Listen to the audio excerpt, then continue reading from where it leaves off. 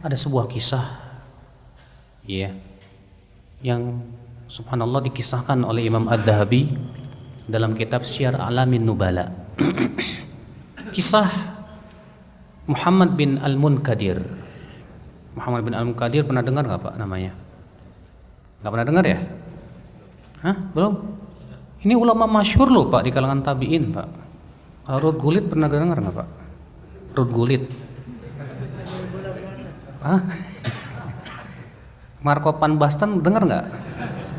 Ya Allah, masa kita lebih kenal pemain sepak bola dari ulama. Muhammad bin Al-Munkadir ini seorang ulama tabi'in masyhur akan kefiqahannya, ketakwaannya, kezuhudannya dan yang lainnya. Masya Allah.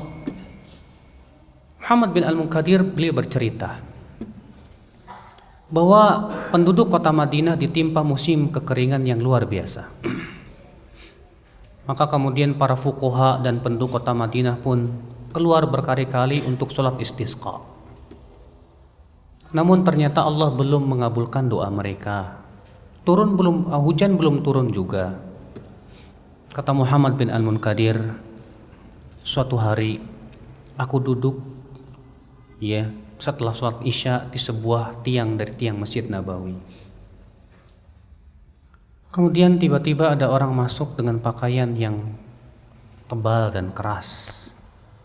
Lalu ia sholat.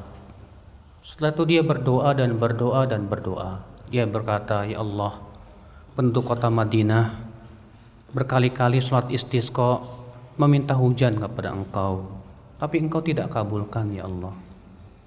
Maka malam ini ya Allah, aku akan terus minta kepada Engkau sampai Engkau kabulkan doaku. Akhirnya dia berdoa, terus berdoa. Tak lama kemudian terdengar suara halilintar. Hujan deras sekali. Muhammad bin Al-Munkadir dia berdecak kagum, siapa orang ini?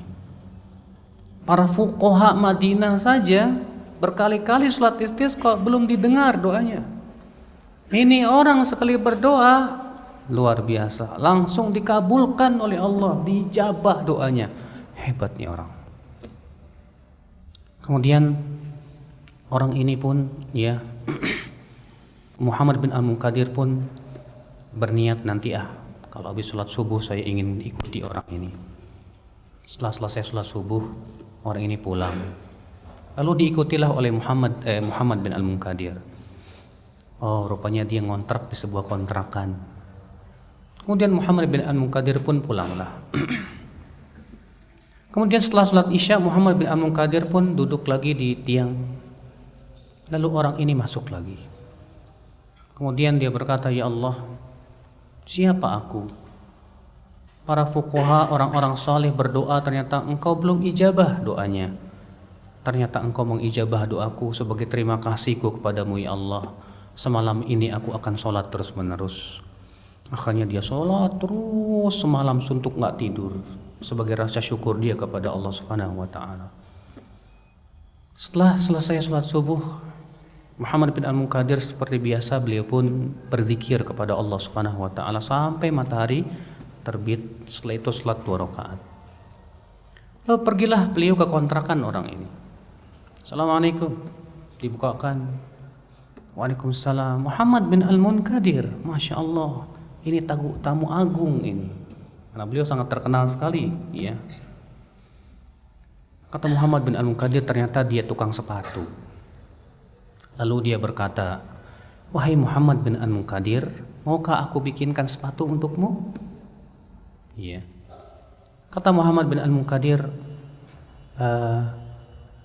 kamu ya yang kemarin berdoa kepada Allah, lalu Allah mengijabah doamu. Mendengar itu orang ini berteriak, marah dan berkata, ya, ada apa kamu bertanya seperti itu hai Muhammad bin Al-Munkadir? Ya. Sampai ketakutan Muhammad bin Al-Munkadir, akhirnya pulang beliau.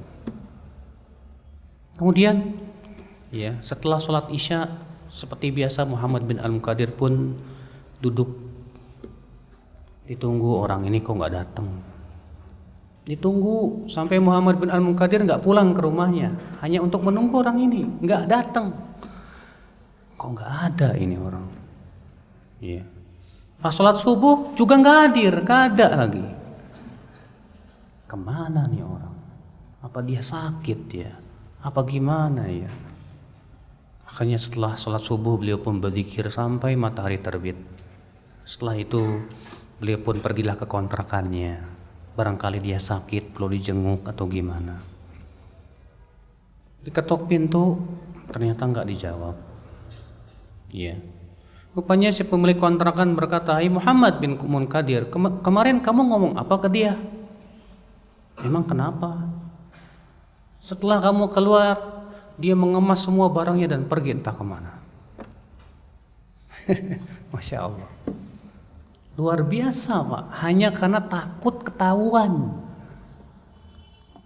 Takut ketahuan oleh penduduk kota Madinah kalau dia berdoa kepada Allah Subhanahu wa taala, lalu Allah mengabulkan doanya. Ikhlasnya luar biasa Pak. Dia tidak ingin ketahuan amalannya. Dia tidak ingin ketahuan oleh siapapun juga.